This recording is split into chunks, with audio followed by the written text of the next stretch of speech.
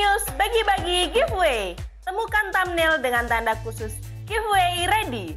Simak terus dan tonton videonya, serta dapatkan kode dalam video seperti beliau ya, sahabat bahagia. Dan kebetulan kita nanti akan bahas 05. Apa sih yang dimaksud vitamin D yang kadang-kadang sekarang ini lagi menggegarkan di kondisi yang 44. COVID seperti ini ya. Kita sapa. Assalamualaikum Dokter Ike. Waalaikumsalam warahmatullahi wabarakatuh, Dokter Edi. Gimana kabarnya dok hari ini? Alhamdulillah sehat, 21. bahagia.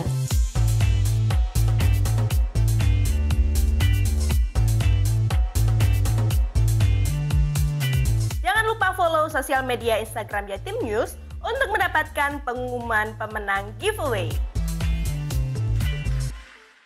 Bahkan saat saya Dan masuk di lapangan. ya, saya saat masuk itu justru saya itu ditandemkan harus belajar ke salah satu outsourcing. Saya berada di bawah dia dan ini tantangan ya. Tantangan buat dia tentunya saya lihat dari sorot matanya ya, karena saya jauh lebih senior ya. Dan bagi saya juga tantangan. Bisa nggak saya meraih hatinya untuk cari ilmu? Oke, harus Heni yang pegang pada waktu itu Sumatera Utara. Ya. Dan itu pun saya masih mikir karena saya belum pamit sama suami. Apakah boleh karena di Sumatera Utara? Kata suami saya tidak. Saya bingung. Bagi Anda yang membutuhkan paket premium fleksibel, saatnya gunakan paket Prime dengan kuota besar.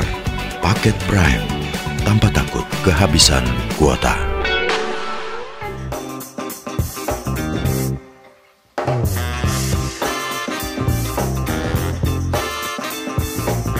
Halo guys, welcome back to my podcast Kopi Susu. Komentar pintar, suka-suka Cak Ruf.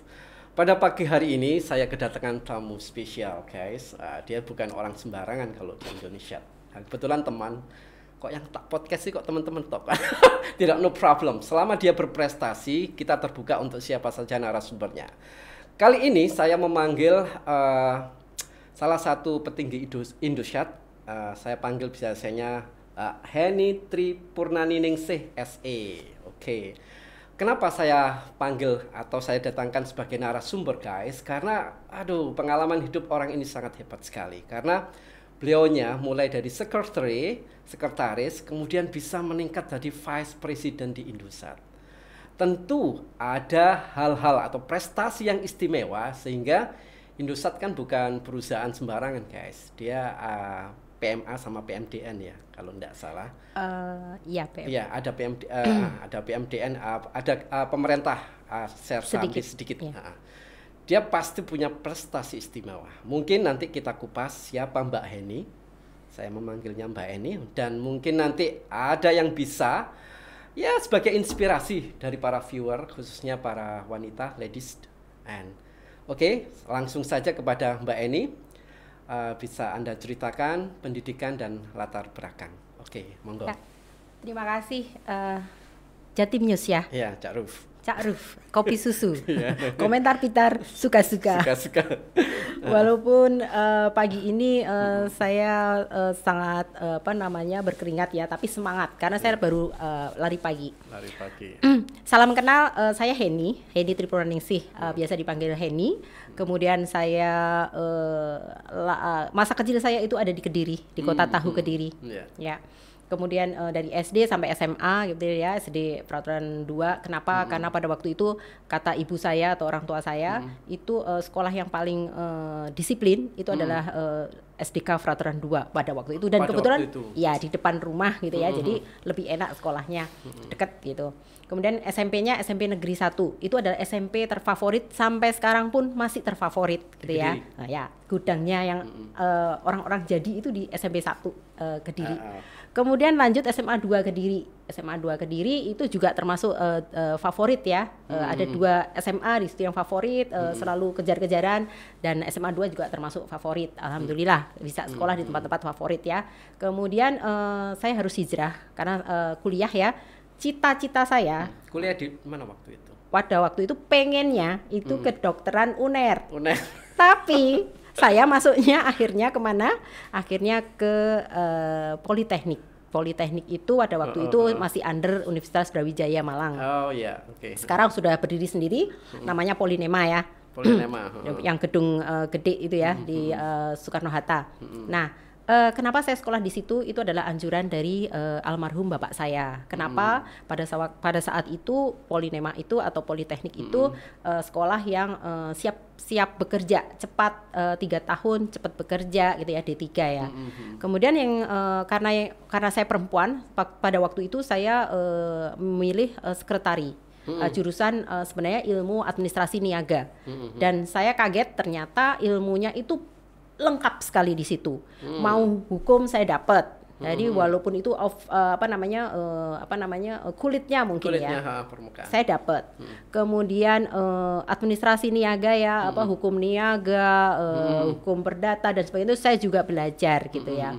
Kemudian manajemen juga ada, akuntansi ada, ilmu komputer ada, bagaimana cikal bakalnya kita bikin database dan sebagainya itu dipelajari lengkap. Jadi tidak hanya orang terkenalnya bilang itu adalah jurusan sekretaris ya, tapi di dalamnya sebenarnya semua bidang ilmu itu kita dapat. Akuntansi, cara mengetik cepat, 10 jari. Jadi saya itu lengkap masih gitu kan ada itu ilmunya. Ya? Masih ada dan kalau bisa dibuktikan, sayang saya nggak bawa ya ini ya tablet atau ini yang itu saya ngetiknya benar-benar 10 jari. Padahal nilai saya paling jelek waktu itu mengetik karena saya nggak suka gitu ya. Tapi itu ternyata dengan kebiasaan akhirnya bisa juga gitu ya. Tuh, bahasa Inggris, bahasa Jepang saya dapat. Pokoknya ilmunya itu sebenarnya lengkap.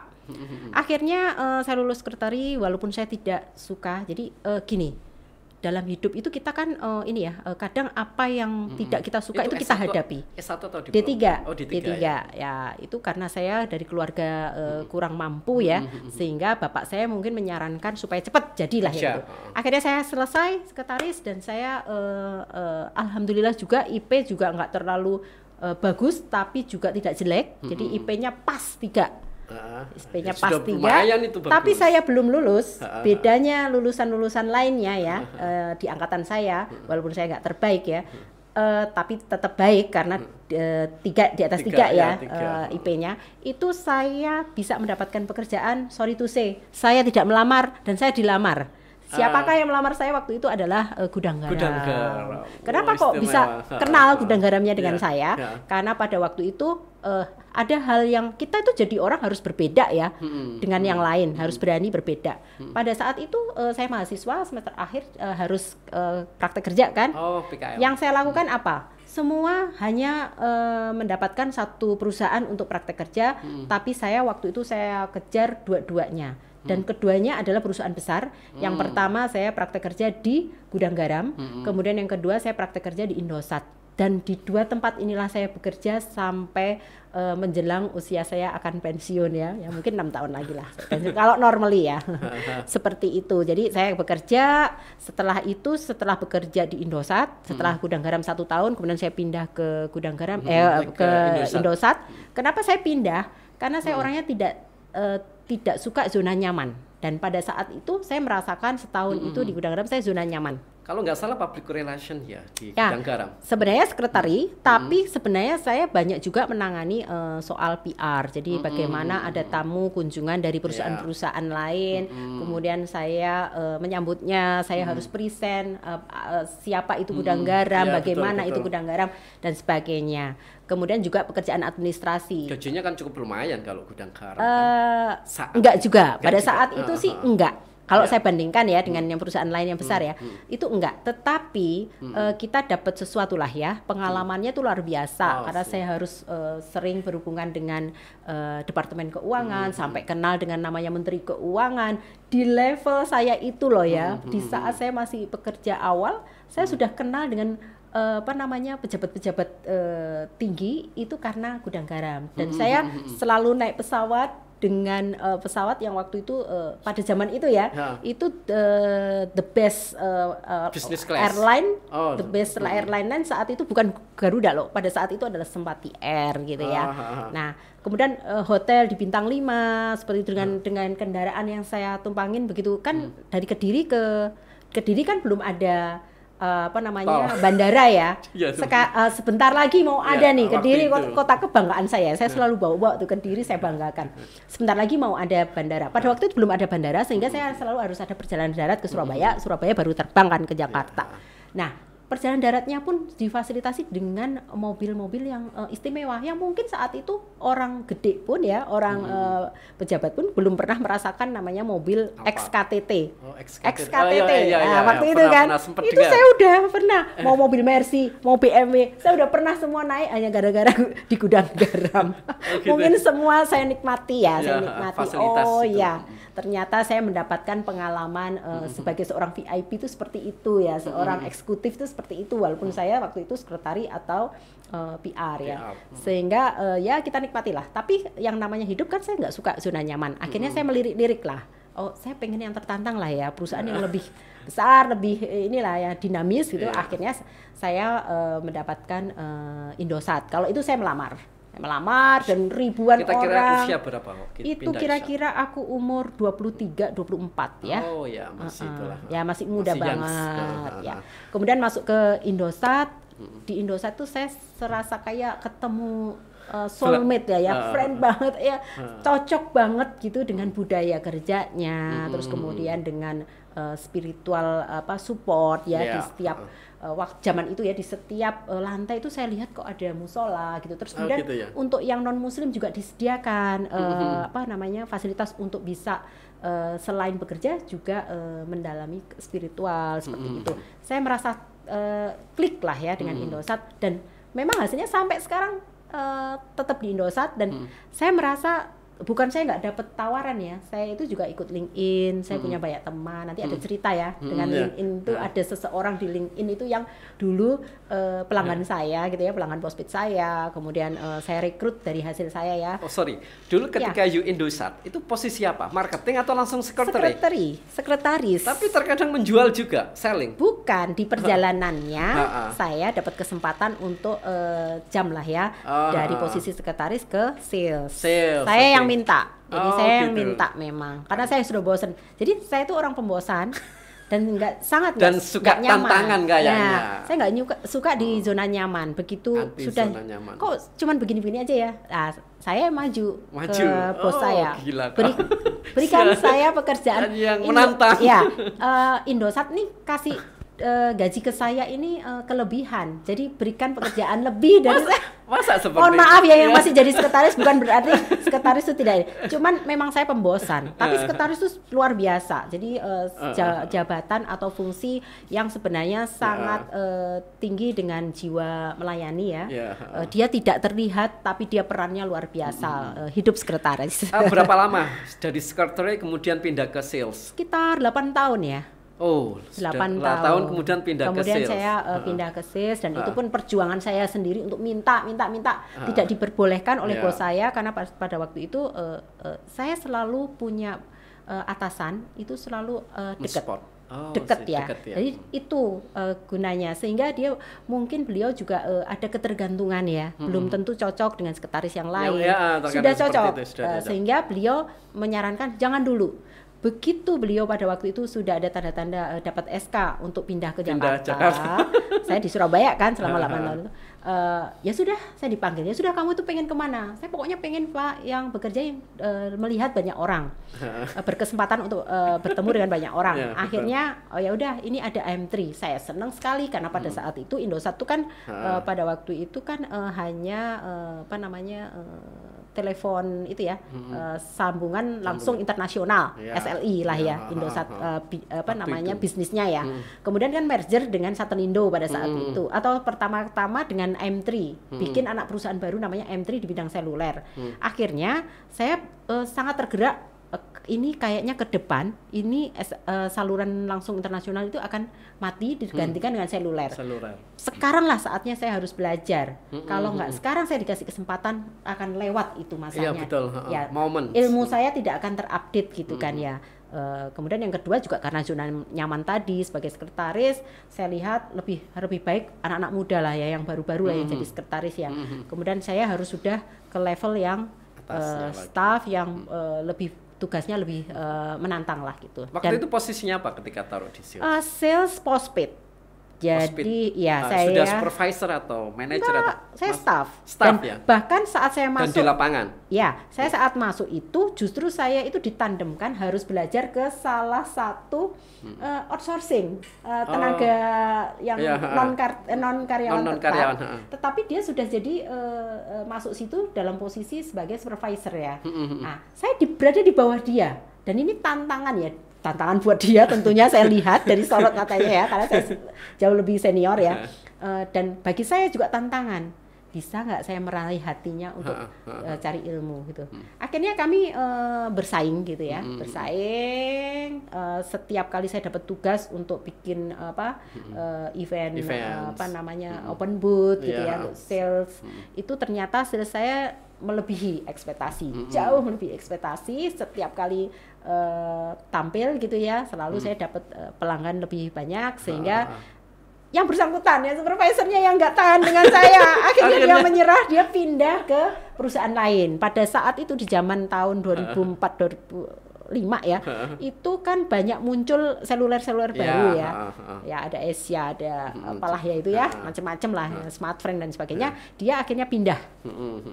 Intinya dia pindah Axis ya waktu itu ya. Pokoknya dia pindah ke tempat yang baru dan saya menduduki posisi sebagai supervisornya. Kemudian ya itulah ya, dinamikanya ya. Pokoknya di dunia sales itu kan ya setor berapa ya kan. Yang penting setor berapa. Kita itu nggak dikontrol mau kemana terserah lu. Yang penting omsetnya seperti itu. Nah itulah M3 tempat saya belajar. Terima kasih walaupun sekarang nama usahanya sudah nggak ada, tapi produknya masih dipakai, gitu ya M3. Kemudian berlanjut kita merger dengan Satelindo. Pada saat itu Indosat Satelindo ada produknya Mentari ya. Betul. Nah saya menjual yang namanya Matrix. Matrix itu adalah postpaid untuk ini kita sudah blended kan, ada M3, ada Mentari. Kemudian postpaidnya namanya Matrix. Nah pada saat jualan Matrix itu saya harus ke corporate. Sampai saya ketemu Pak Dahlan Iskan, saya ketemu yang namanya Pak Ang Hari Cahyono. Halo Pak Ang Hari Cahyono, nanti tak kasih ya rekaman ini. Saya sangat appreciate ke beliau ya. Kalau orang ada di LinkedIn ya, masuk ke LinkedIn, search nama beliau Ang Hari Cahyono.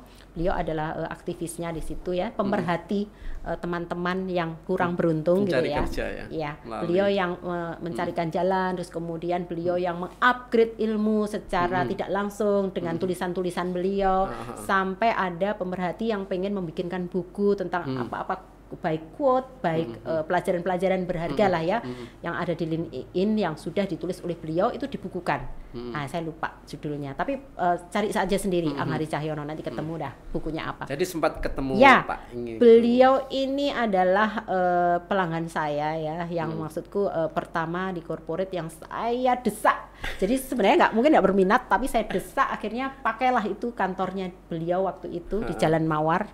Namanya Tit, nggak boleh ya, karena beliau juga sudah nggak di situ sekarang.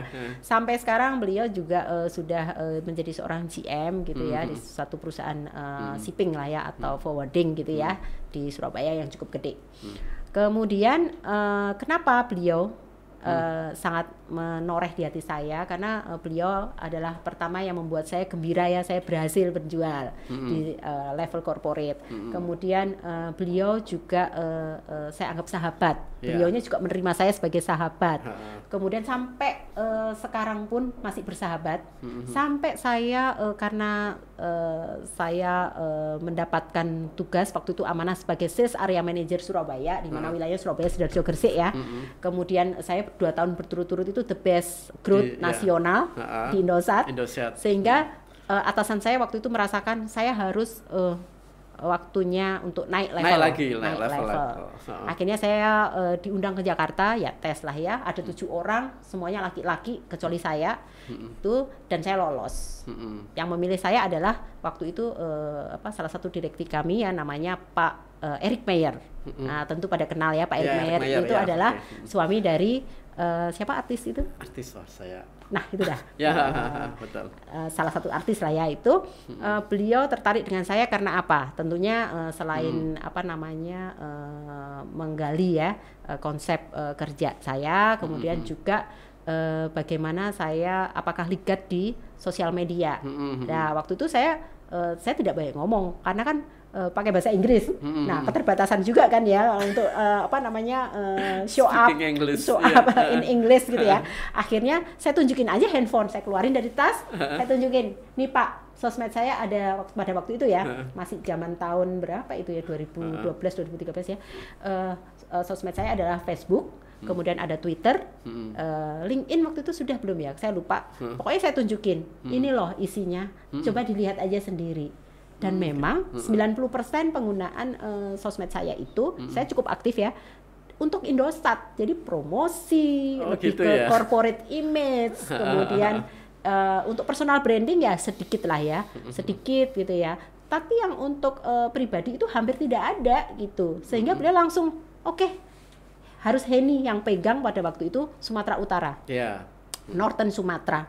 Levelnya adalah head of area pada waktu itu. Ya, selevel VP. Akhirnya saya lolos lah. Dan itu pun saya masih mikir karena saya belum pamit sama suami. Karena ada suami, almarhum suami saya masih ada waktu itu. Terus saya telepon, "Papi, gimana? Ini saya udah dapat promosi. Apakah boleh karena di Sumatera Utara?" Kata suami saya, "Tidak." Saya bingung kan. Akhirnya saya pulang, ya karena saya muslim, saya sholat istikharah ya. Kemudian saya diem aja udah. Terus kemudian saya analogikan ke suami saya untuk meyakinkan ya. Pi, ini dari 10 head of area, hanya satu-satunya wanita itu aku. Ini yang pertama. Kemudian yang kedua, ini tahun berapa itu ya? Tahun 2012 ya. 2012. Nah, kemudian saya bilang, ini aku cuma 2 tahun jadi manajer, kemudian naik menjadi level VP atau GM lah ya istilahnya. Kalau pegang area ya namanya GM. Ini adalah langka. Istilahnya itu kita itu mau naik kereta. Semua pengen naik kereta, tapi yang pegang tiket cuma saya karena kelangkaan tiket gitu. Iya, betul. Kenapa saya nggak naik-naik? Ini sudah ditunggu orang. Kalau enggak segera saya kasihkan gitu ya ke orang lain gitu. Akhirnya suami saya oke, tapi kamu harus bertanggung jawab, maksudnya bertanggung jawab terhadap keluarga, kamu harus pulang setiap Sabtu. Nah, saya jawab iya aja lah gitu ya. Akhirnya saya berangkat.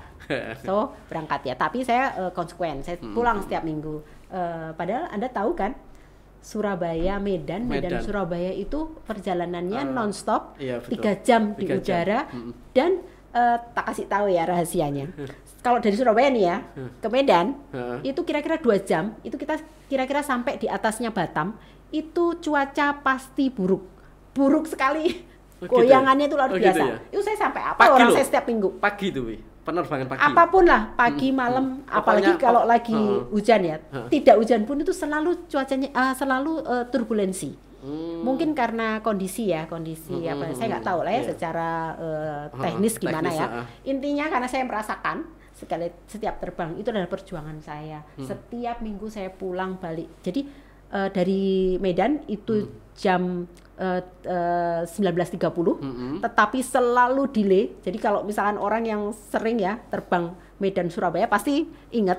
Tapi di era itu ya saya nggak tahu kalau sekarang ya. Moga-moga tidak, selalu delay. Dan itu pesawatnya hanya ada LTIT, tidak ada yang lain pilihan kalau malam. Karena yang sesuai ya, kan saya harus memberi contoh nih kepada anak buah ya, bahwa saya harus tertib. Jadi 19.30 kenapa? Karena saya harus dari dari kantor menuju ke Kuala Namu, bandara Medan, itu cukup jauh. Kira-kira hampir itu kantornya jam. Di Medan ketika di Sumatera. Home base-nya di Medan, tetapi wilayah saya mulai dari Aceh, kemudian Padang, Pekanbaru, Batam ya. Pokoknya Northern Sumatera lah gitu. Jadi saya terbang terus, tetapi saya setiap Jumat harus balik ke Surabaya. Karena anak cuma satu-satunya dan harus mendapatkan perhatian lah ya. Kemudian itu 3 jam. Jadi kalau terbang dari Medan kira-kira 19.30 itu selalu delay, terbangnya selalu jam 20.30. Bisa dibayangkan mendarat di Surabaya kalau 3 jam itu adalah setengah 12 malam. Saya harus balik lagi ke Medan itu Senin setengah 6 yang ada dengan pesawat yang sama jam setengah 6 pagi Senin. aku harus berangkat ke Medan, berangkat ke bandara jam berapa itu, saya selalu subuh di bandara. Nah itu adalah rutinitas selama 1,5 tahun. Alhamdulillah. Kenapa hanya 1 tahun setengah? Karena saya bukan orang yang saya suka tantangan. Di Medan, di Sumatera Utara itu berat sekali. Kenapa berat? Beratnya bukan kerjaannya, tapi waktu itu BTS kita atau BTS itu adalah site atau tower itu adalah modal utama untuk bekerja ya di seluler. Itu sangat terbatas. Sehingga saya bilang, saya bukan ahlinya ahli nuzum yang bisa bim salah bim gitu ya, untuk bisa dapat sales tanpa modal yang maksimum gitu ya. Betul. Akhirnya saya bilang, saya orang marketing, saya orang sales. Jadi yang saya tanamkan pada waktu itu di sana adalah saya bikin solid tim. Karena kita itu tantangannya berat, karena kita terbatas. Pesaingnya kan ada kan? Yang sebelah yang pesaingnya luar biasa. Jadi 2 orang itu bersaing, kami yang menonton karena kami tidak punya BTS banyak pada saat itu. Tapi saya nggak menyerah karena Indosat sudah ancang-ancang untuk membangun di sana. Betul. Yang saya lakukan adalah tahap yang saya lakukan karena saya ada di sana, saya bertanggung jawab sebagai pemimpin adalah menyiapkan SDM yang solid. Jadi militan. Militan. Pada saat itu saya datang belum belum teamworknya belum bagus. Saya bentuk itu. Kemudian kemitraan dengan distributor, dengan media. Saya justru kalau Anda klik ya Henny Tripurnaningsih googling, banyak saya muncul di media online maupun media cetak itu karena saya membentuk engagement ya dengan mitra. Itu yang saya lakukan. Walaupun tidak ada muatan karena kita juga terbatas ya BTS ya, aktivitas jualannya juga masih ngapain kota aja mungkin kita hanya menggoda-goda kompetitor, tidak menyerang karena kita nggak punya modal. Nah yang saya lakukan adalah engagement. Pada saat nanti kita sudah punya modal, akhirnya sudah ada network itu manusianya juga SDM-nya juga sudah solid. Kemudian dengan mitra udah bagus hubungan, akan mudah nantinya. Nah itu sih yang saya lakukan di sana. Kemudian saya merayu, Pak, saya bukan tidak mampu ya di sini, tapi sayang kasih saya wilayah yang BTS-nya udah bagus tapi belum improve. Saya yang akan mengisi. Akhirnya dapatlah saya di Bali Nusra. Pada waktu itu Bali Nusra itu wilayah Indonesia Timur kan? Iya, Bali Nusra itu di bawah East Java Bali Nusra kan, satu region, tapi saya area sendiri namanya Bali Nusra. Bali dan Nusa Tenggara Barat, Nusa Timur ya. Akhirnya saya selama 2,5 tahun handle Bali Nusra dan alhamdulillah selama 2,5 tahun itu 2 tahun berturut-turut kita the best growth, walaupun achievement pada waktu itu hampir lah ya, hampir memenuhi 100%. Kenapa? Karena memang target kita luar biasa gitu ya. Tetapi the best growth tidak hanya nasional Indosat loh ya, tapi secara industri pada saat itu Bali itu disorot sangat luar biasa, sangat luar biasa growth-nya. Tapi bukan karena saya ya, tapi karena memang ini Indosat sudah menanam BTS, kemudian saya hanya membantu untuk mengisi, membuat teman-teman untuk solid, untuk yakin bahwa kita harus pede untuk mengisi ini gitu. Itu aja sih. Dan kemudian juga kemitraan, itu yang penting juga ya. Saya dengan outlet sangat engage sekali, mereka sehingga mensupport gitu ya, mensupport Indosat luar biasa dibandingkan support ke kompetitor pada saat itu. Boleh dibuktikan. Jadi kalau ada komunitas tuh outlet di Bali, kalau sekarang Anda tanya kenal Bu Henny, insya Allah kenal semua. Kemudian di Nusra juga demikian, walaupun di Nusra kita juga masih terbatas ya, jadi kita konsennya ke Bali pada waktu itu, di Bali. Ketika you di Nusra, apakah keluarga harus menuntut you setiap Sabtu harus pulang? Tetap. Kecuali saya bertanggung jawab juga ya, karena saya dibutuhkan kehadiran, misalkan ada event saya harus membuka ya tetap ya, ada meeting dan sebagainya ya, karena kan kamu Anda tahu kan ya, Bali itu kan sangat seksi ya, sehingga banyak lah ya itu pejabat-pejabat Indosat yang sering meeting di sana, sering ada seminar, sering ada ya visit lah ya, sehingga saya dituntut juga memberikan hospitality lah ya sebagai seorang pemimpin di situ. Itu bedanya pegang Bali dengan yang lain. Itu sih. Nah, mungkin itu ya riwayat saya yang bisa saya ceritain. Kira-kira ini yang paling menarik ya. Anda kan semula memang jadi mulai staff ya, secretary, kemudian jadi sales itu ya. Tips apa yang tips kerja apa yang kira-kira mungkin bisa diberikan kepada viewers sehingga mereka bisa termotivasi untuk bekerja keras? Ya, thanks. Diminta sharing, thanks ya. Saya ini bukan apa-apa, tapi ini berlaku untuk tidak hanya untuk semua bidang lah ya, tidak hanya untuk sales, tidak hanya untuk sekretaris, tidak untuk pemimpin. Semua orang dalam aktivitas apapun, yang pertama itu yakinlah apa yang kita pegang saat ini, yang kita punya, pekerjaan, kesehatan, keuangan, pasangan, itu adalah yang terbaik menurut yang memberi. Yang memberi siapa? Memberi Tuhan kita masing-masing ya. Allah yang Maha Pemberi kalau saya Muslim. Ya, yang lainnya ya itu sesuai kepercayaan masing-masing. Itulah yang terbaik. Itulah yang terbaik. Suka atau tidak suka, beruntunglah kamu pas suka banget gitu ya. Beruntung. Tetapi kalau tidak suka, sekali lagi kembalikan. Yang memberi itu pasti yakin itu adalah yang terbaik, yang kita upayakan. Kalau kita, kok aku nggak seneng ya? Ya kita berupaya gimana caranya itu menjadi suka mengerjakan pekerjaan itu, atau berupaya untuk mencari yang lebih gitu ya, yang menurut kita lebih kita dambakan gitu. Itu yang pertama. Nah, kita syukuri ya. Kemudian yang kedua itu adalah kita lakukan semuanya dengan hati. Maksudnya apa dengan hati? Fokus sepenuh hati. Ya. Jangan setengah-setengah. Misalkan aku nggak suka sama makruh, tapi aku diundang. Terus kenapa aku mau? Karena saya lakukan dengan hati. Ya udah, kita menghargai lah. Ini teman saya. Kemudian yang kedua, ada baiknya pasti buat saya gitu kan ya. Saya belajar untuk berkomunikasi di publik gitu ya. Terus yang ketiga ya menjaga engagement lah ya antar korporasi. Di sini Jatim News, di sini Indosat, supaya lebih engage gitu ya. Suatu saat akan berguna lah apapun itu ya itu. Jadi lakukan dengan hati, dengan sungguh-sungguh, karena akan kelihat kok senang atau tidak ya, dengan hati atau tidak, terpaksa atau tidak itu. Tapi kalau kita dengan hati ya paling tidak membuat kita memacu adrenalin untuk mencintai gitu ya. Yang ketiga, apapun itu tim kita, teman kita, jadikan sahabat. Karena kalau sahabat itu apa ya? Take and give lah ya, take and give. Terus kemudian memberi itu lebih baik. Jadi nanti akan balik ke kita dalam bentuk apapun. Nah itu persahabatan ya. Terus kemudian yang terakhir itu kita jangan mau di zona nyaman. Memang keluar dari zona nyaman itu gak enak.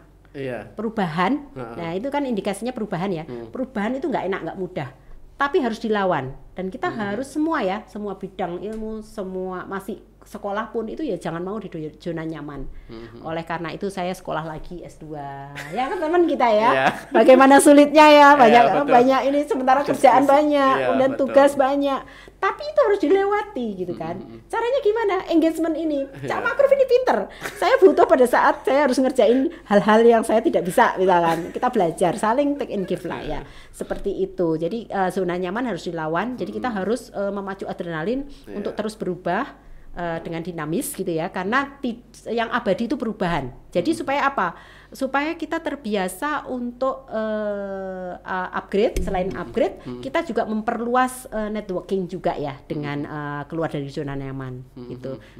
Sangat nggak enak kan? Tiba-tiba menyapa duluan, tiba-tiba kita punya teman baru di kuliah ya, yang sekarang sudah bahkan belum pernah ketemu, kita sudah kayak saudara karena hanya di WA group itu.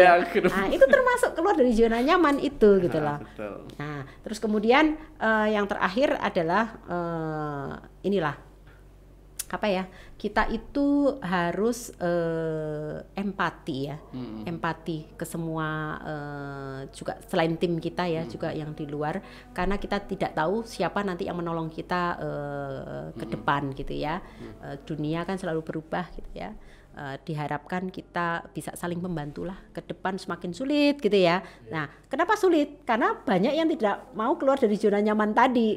Begitu bisa keluar dari zona nyaman pun belum tentu juga kita berhasil di situasi baru ya, karena tadi perubahan adalah yang pasti ya, pasti semua akan berubah. Nah untuk itulah kita harus empati. Empati termasuk kan sekarang yang harus maju itu anak muda ya. Kita sebagai yang tua ini jangan menghalangi, justru kita itu harus follow, mendekatilah ya, bagaimana caranya saya bisa seimbang dengan dia, karena tim kita atau teman kita itu kebanyakan juga sekarang milenial ya, mau tidak mau ya, karena ya mereka lah di zamannya, kita sudah waktunya mau beristirahat. Tapi percayalah, kita masih dibutuhkan yang level-level kita ini untuk wise ya, untuk bidang-bidang yang wise gitu ya. Tetapi kalau untuk yang creativity ini memang anak-anak muda. Tapi jangan menyerah terus ya sudahlah gitu. Jangan, ya itu tadi. Kita harus berempati, tidak hanya berempati tapi juga berusaha untuk mendekatilah kemampuan itu. Jadi supaya orang kuno ini kan gitu. Oh, si ibu ini meskipun angkatan God bless gitu ya kalau saya bilang ya. Tapi bisa juga mengikuti gitu. Intinya itu sih. Ya, oke, gitu aja Mbak Eni. Mudah-mudahan bermanfaat. Oke, thank you. Oke guys, demikian tadi bincang-bincang santai dengan Mbak Eni, semoga bermanfaat dan Anda tetap di rumah, jaga kesehatan dan selalu prokes.